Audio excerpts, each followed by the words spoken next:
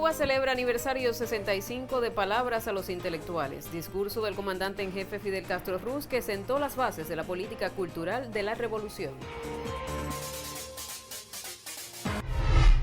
Consejo de Ministros traza hoja de ruta para la implementación de las transformaciones económicas y sociales aprobadas en Cuba.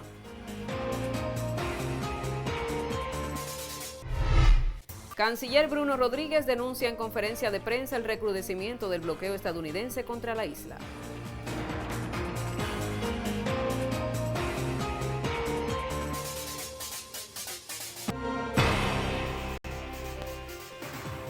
Desde La Habana reciba nuestros saludos. Soy Evelyn Delgado y ya le presento las principales noticias de la jornada.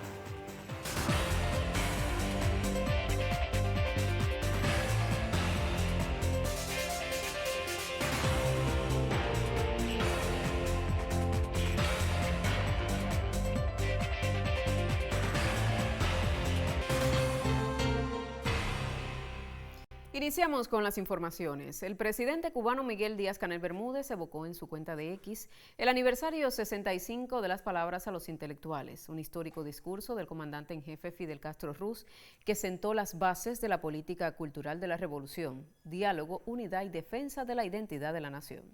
Desde su cuenta en X, el mandatario aseguró que en el año del centenario de Fidel, la cultura continúa siendo escudo y espada para la nación.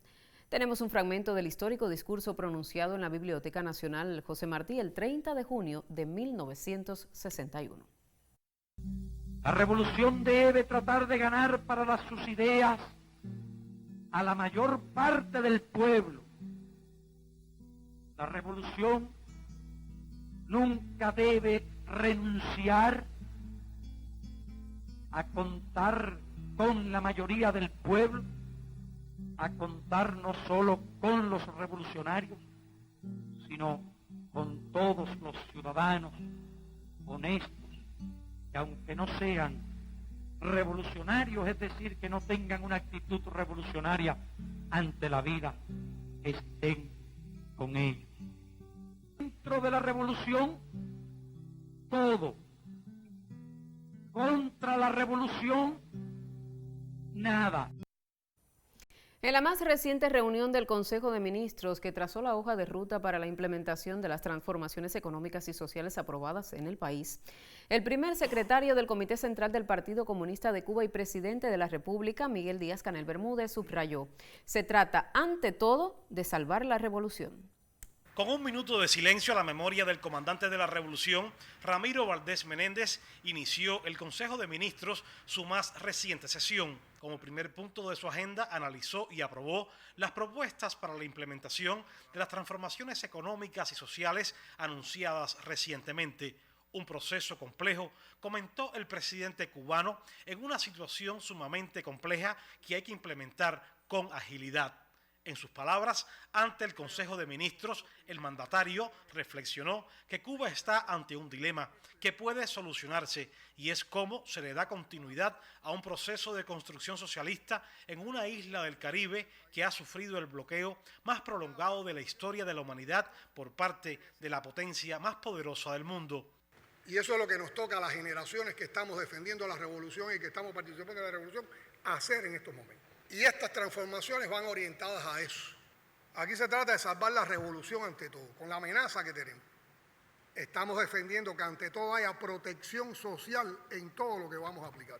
Todo lo que desate fuerzas productivas hay que aplicarlo de inmediato, porque la primera respuesta que nosotros tenemos que buscar con estas transformaciones es que todos los actores económicos empiecen a trabajar a una dinámica distinta, que no puede ser la que está reflejada hoy en el informe del Plan de la Economía.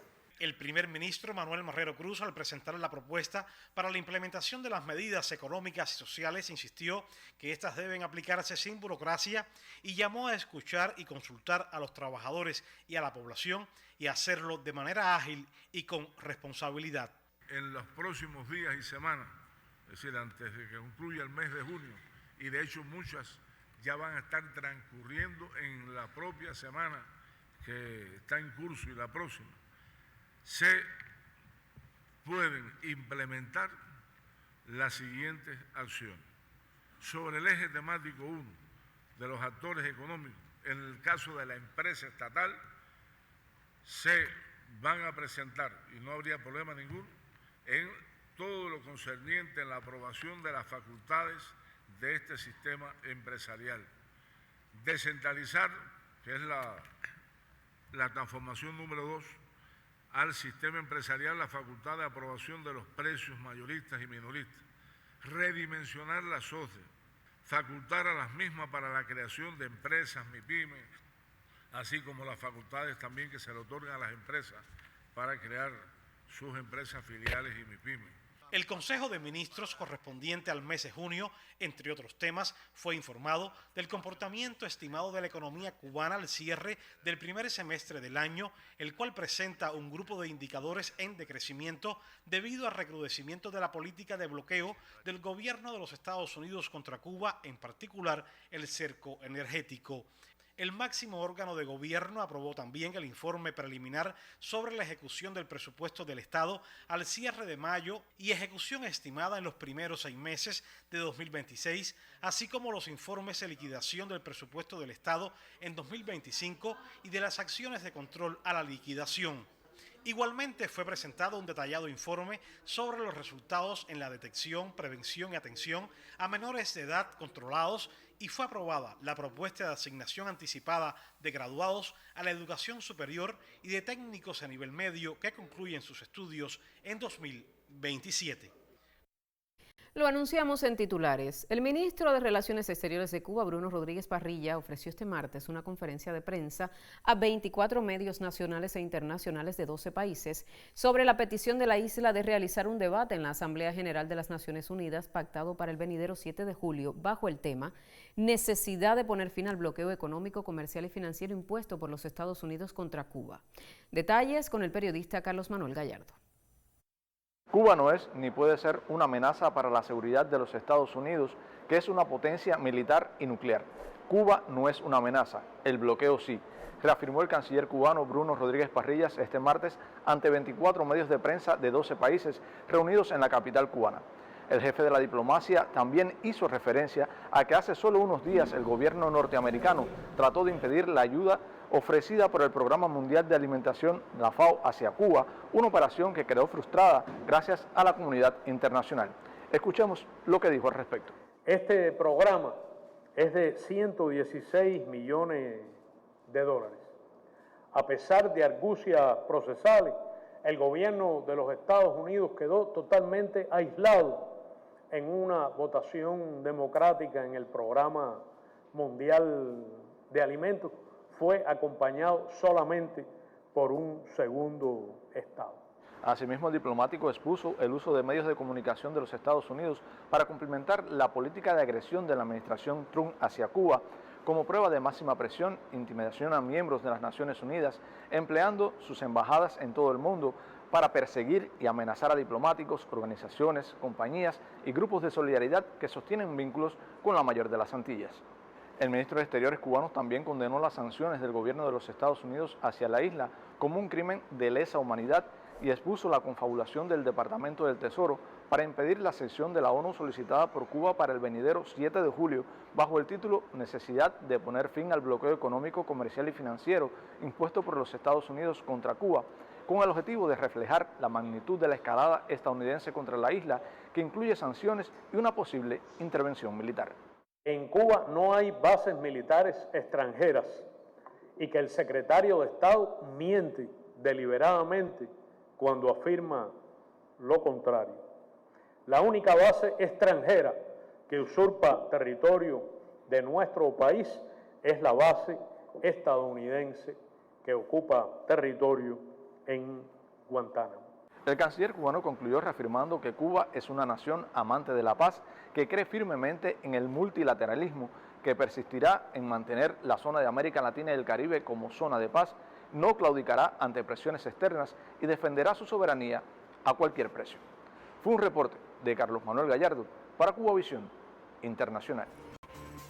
Cada 30 de junio se celebra el Día Internacional del Parlamentarismo, fecha que reconoce el papel de estos órganos en la construcción de sociedades más justas, inclusivas y democráticas. Desde Cuba, la fecha marca un compromiso para fortalecer la diplomacia. Hacemos una pausa y al regreso los detalles.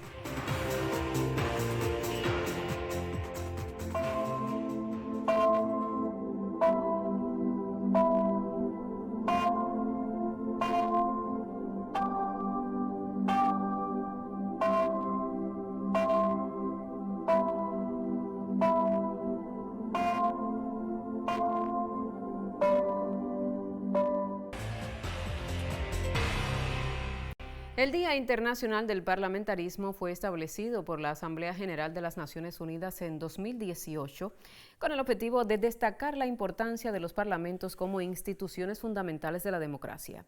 A propósito de la fecha, la periodista Isabel Díaz González nos acerca al quehacer de estos órganos en su rol esencial de legislar, fiscalizar y representar a la ciudadanía.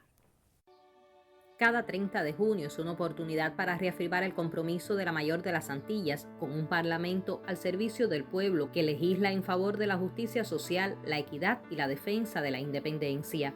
Labor que se reconoce en escenarios internacionales, donde Cuba alza la voz con sus representantes, como es el caso del Parlatino, donde Rolando González Patricio, diputado por el territorio nacional, asume la presidencia de este órgano. La paz del planeta está urgida de relaciones internacionales más democráticas. Los liderazgos son recibidos con respeto, mientras los predominios son advertidos con alarma.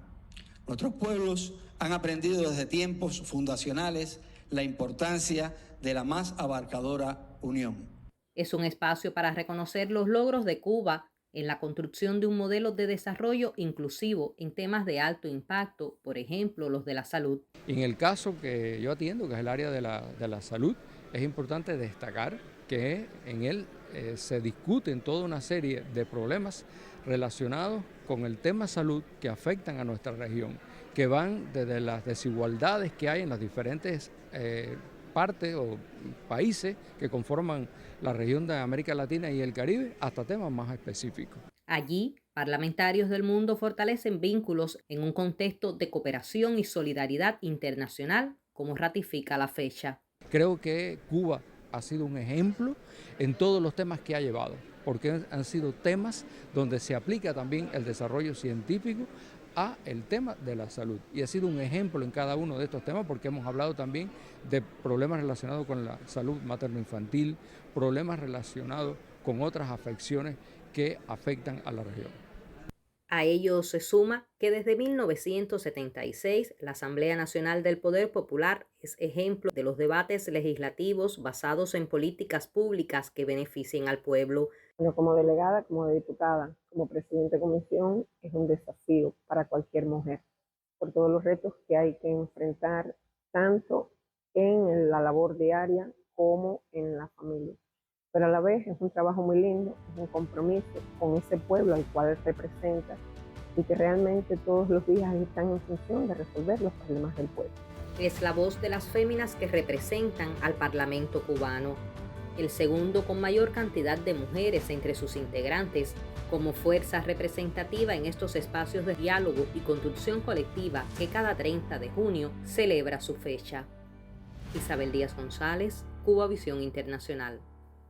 Y seguidamente vamos a conocer el pronóstico del tiempo para los principales destinos turísticos del país. Desde el Instituto de Meteorología tenemos el contacto con la máster en ciencias, Ginelis Bermúdez. Adelante.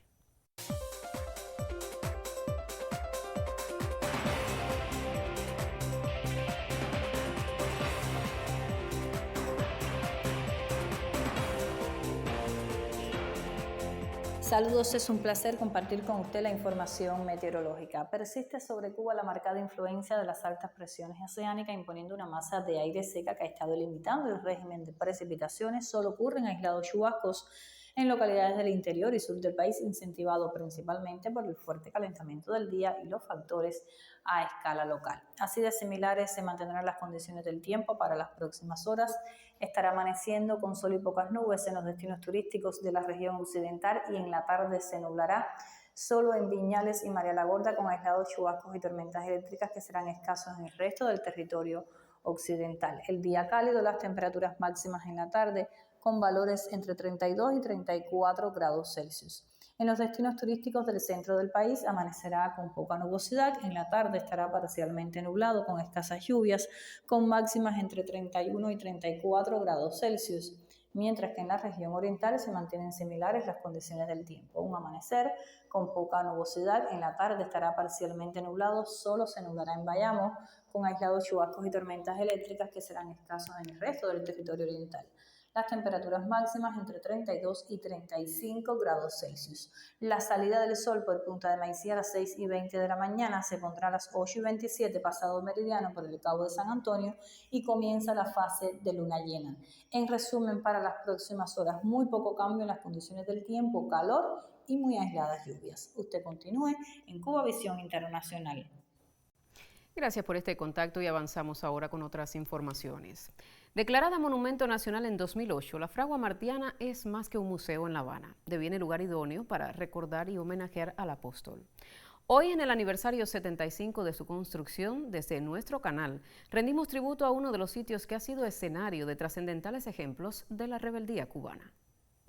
La Fragua Martiana es un espacio donde en cada piedra late José Martí, el muchacho condenado a trabajos forzados y el mártir que murió desconociendo que su nombre trascendería el tiempo y el espacio. La historia del sitio se remite a la década del 40 del pasado siglo, cuando tras años de investigación, miembros del Seminario Martiano de la Universidad de La Habana determinaron el lugar en el que el joven Pepe fue testigo del dolor y la muerte. Allí nació el Rincón Martiano. Comenzó entonces la gran batalla por la Asociación de Antiguos Alumnos del Seminario Martiano, por el Club Rotario, del que se habla muy poco, pero tuvo una incidencia importante en aquel proyecto que vendría después, de crear una fragua, que es una escuela, porque no se trata solo del fuego, sino de aquella frase de José Martí: una escuela es una fragua de espíritu. Se comienza entonces la batalla por levantar un edificio que queda definitivamente alzado el 30 de junio de 1951. Es una fecha, sabe, interesante, porque el 30 de junio de 1951 se produce el quinto entierro de José Martí en Santa Efigenia, y al mismo tiempo es enterrada por segunda vez la esposa de Martí en Camagüey. Inaugurado oficialmente el 28 de enero de 1952, el complejo arquitectónico, más que el recuerdo perenne del Júbilo en Justicia, atesora pertenencias del apóstol. Creo que entre los objetos más importantes, entrando por la primera sala, están unos grilletes originales. No eran los de José Martí, pero eran los originales de uno de los estudiantes de medicina que estuvo aquí en las canteras de San Lázaro. Este revólver, el Frontier que le había regalado su amigo mexicano, es un revólver que pesa muchísimo. En este lugar también rendimos tributo, por ejemplo, a los estudiantes de medicina. Los estudiantes de aquel grupo en el que 8 fueron fusilados el 27 de noviembre de 1871, pero el resto fue a la cárcel, fue al presidio. Escuela, proyecto comunitario, sala de conferencias, espacio donde converge la esencia martiana. Que el museo se encuentra ubicado en el corazón de Cayo Hueso, en el municipio Centro Habana.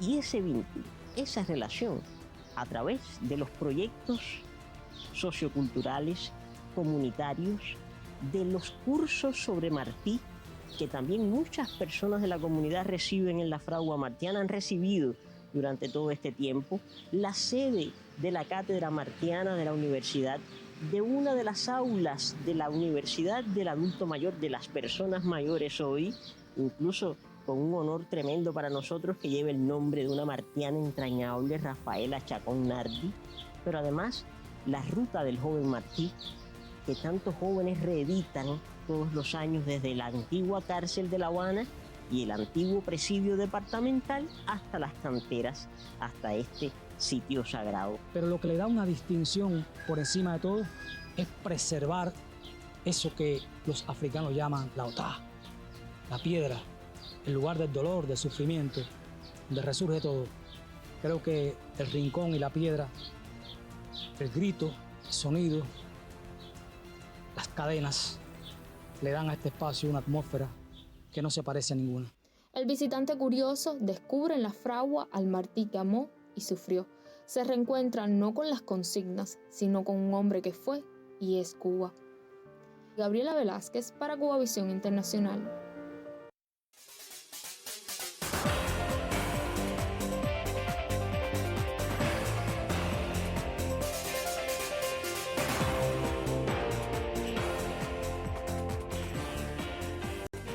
Tiempo para los deportes y los festivales deportivos escolares, así como las actividades del verano 2026, iniciaron en todo el país. Tenemos el reporte desde Mayabeque. La provincia de Mayabeque inauguró de manera oficial el Festival Deportivo Escolar, que se desarrollará en cada uno de los municipios de la provincia desde el 28 de junio hasta el 15 de julio. La inauguración, celebrada en el Complejo Deportivo Nelson Fernández, contó con la exhibición de diversos deportes que se practican en el municipio de San José de las Lajas. El Festival Deportivo Escolar llega para suplir a los habituales Juegos Escolares Nacionales, que no podrán realizarse en su formato regular debido a la situación económica que atraviesa el país. En Mayabeque, con el inicio del verano, también comienza la fiesta del deporte, la educación física y la recreación. Acabamos de inaugurar el Festival Deportivo Escolar con la participación de todos los deportes aquí en la capital de Mayabeque, en San José de las Lajas. Están creadas todas las condiciones, hay un programa de competencia para los 15 días. Estos festivales van a estar en todos los municipios. Hoy se están inaugurando en todos los municipios nuestros de la provincia y bueno, va a ser un gran éxito para el movimiento deportivo de Mayabeque y de Cuba. Hacemos una segunda pausa en esta emisión y en breve estamos de regreso. Quédese con nosotros.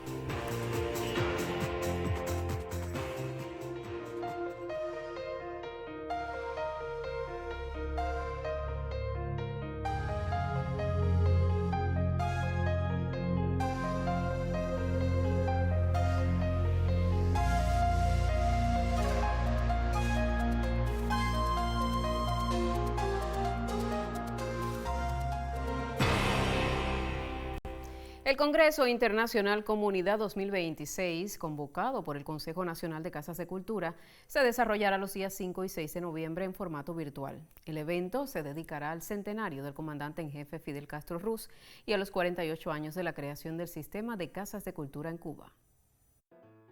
El Congreso Internacional Comunidad 2026 representa una oportunidad para dialogar sobre la gestión y el desarrollo cultural comunitario. Es además una vía para establecer alianzas estratégicas, impulsar la cooperación y promover la adopción de prácticas culturales equitativas, inclusivas, participativas y antidiscriminatorias en todos los ámbitos de la sociedad. Según se informó en conferencia de prensa, el evento se realizará los días 5 y 6 de noviembre de manera virtual e incluirá conferencias magistrales, ponencias y paneles con diferentes ejes temáticos. Como es la comunicación, la participación en consumo cultural, la programación, el trabajo de la incorporación, la inclusión, la equidad de género, el empoderamiento de la mujer, entre otros temas actuales, así como la energía renovable, todo lo vinculado a la gestión que se hace con los líderes y los proyectos socioculturales en cada una de nuestras comunidades. Este va a ser un espacio donde podemos nosotros expresar todo lo que hacemos con un aporte desde la ciencia, vinculando a la comunidad, a los nuevos actores económicos en el desarrollo local de cada uno de los territorios. La alianza con instituciones hace posible la realización de este congreso, abierto para investigadores, instructores de arte, promotores culturales y otros especialistas interesados dentro y fuera del país. En este Congreso Internacional tendremos la participación de diferentes instituciones con las cuales nosotros tenemos alianzas estratégicas. Está el Instituto de Información y Comunicación Social, está el CIERI, está la UNIA, está la HS a partir de todos los proyectos de cooperación y las experiencias que tenemos con estos instructores de arte. Tenemos también el Centro de Investigación y la Juventud, tenemos también el CNC, los CDR, la Federación, pero un espacio importante es el acompañamiento que ha tenido la universidad. Hay trabajos presentados ya de diferentes países como es México, Colombia, República Dominicana. Tenemos también la experiencia de Italia a partir del trabajo que tenemos con la ONG Archi, vinculado a todo lo que es los emprendimientos culturales y creativos con los instructores de arte. Comunidad 2026 será ese entorno desde donde impulsar el desarrollo comunitario sostenible y proyectar líneas de acción estratégicas que tributen a los objetivos de desarrollo y la Agenda 2030. El aula magna de la Universidad de La Habana, símbolo de historia en el país, fue el escenario donde se realizó la entrega del reconocimiento Maestros Radialistas a destacados profesionales de la comunicación. Un homenaje a su entrega pedagógica y a la dedicación con que han formado a las nuevas generaciones de la radio cubana. En la cita participaron las máximas autoridades del Instituto de Información y Comunicación Social. Pormenores con Vilma Vilena Hernández. El aula magna de la Casa de Altos Estudios, espacio que ha atesorado momentos claves de la cultura y la historia del país, se vistió de gala para acoger a un selecto grupo de profesionales del micrófono, reconocimiento a maestros de la radio cubana, en una ceremonia que destacó la entrega y el legado de quienes han dedicado su vida al medio. En la cita se reconoció la labor de toda una vida de estos maestros radialistas, un tributo a su entrega y aportes a la radio cubana, medio que ha sido testigo y protagonista de la identidad nacional. Ellos, a través de su ejemplo y enseñanzas, han sido guardianes de la esencia del medio, esa mezcla de inmediatez, cercanía y profundo contenido cultural que distingue a la radio hecha en Cuba. Se reconoció como maestros radialistas a María Nicado García, Esther María La Ochoa, Alicia Sánchez del Collado, Otto Eugenio Braña González, Magda Recit Aguirre, Andrea Machado Conte, Milagros Muñoz Padilla y 8 radialistas de las provincias del país como Granma, Pinal del Río, Santi Spíritus, Villa Clara y más. Los maestros radialistas recibieron su reconocimiento de manos de Liua Moreno, funcionario del Comité Central del Partido Comunista de Cuba, Alfonso Noya Martínez, presidente del Instituto de Información y Comunicación Social, Ricardo Ronquillo Bello, presidente de la Unión de Periodistas de Cuba, Yusaima Cardona Villena, directora general de la Radio Cubana, Marta Bonet, presidenta de la UNEAC, entre otros representantes de los medios en el país. La locutora y periodista Magda Recit fue encargada de pronunciar las palabras en nombre de todos los homenajeados. Con estas palabras, Recit no solo se refirió a la defensa de los valores y a la memoria del país, sino que también definió el compromiso de los maestros presentes. El acto, desarrollado en un entorno de profundo simbolismo académico, sirvió para reivindicar la figura del maestro radialista, no solo como un profesional que domina la técnica y la palabra, sino como un formador de generaciones, un transmisor de conocimientos que, desde la cabina, ha contribuido a la educación y al enriquecimiento espiritual del pueblo cubano. Fue un momento de gratitud, donde la emoción de los homenajeados se mezcló con la de los presentes, recordando que la radio cubana es, ante todo, una escuela y un patrimonio de todos. Vilma Vilén Hernández, Cubavisión Internacional. Así concluye esta emisión de Cuba Noticias. Otras informaciones en próximos espacios, también en las plataformas digitales. Tenga presente que estamos en Facebook, X y YouTube. Gracias por la sintonía.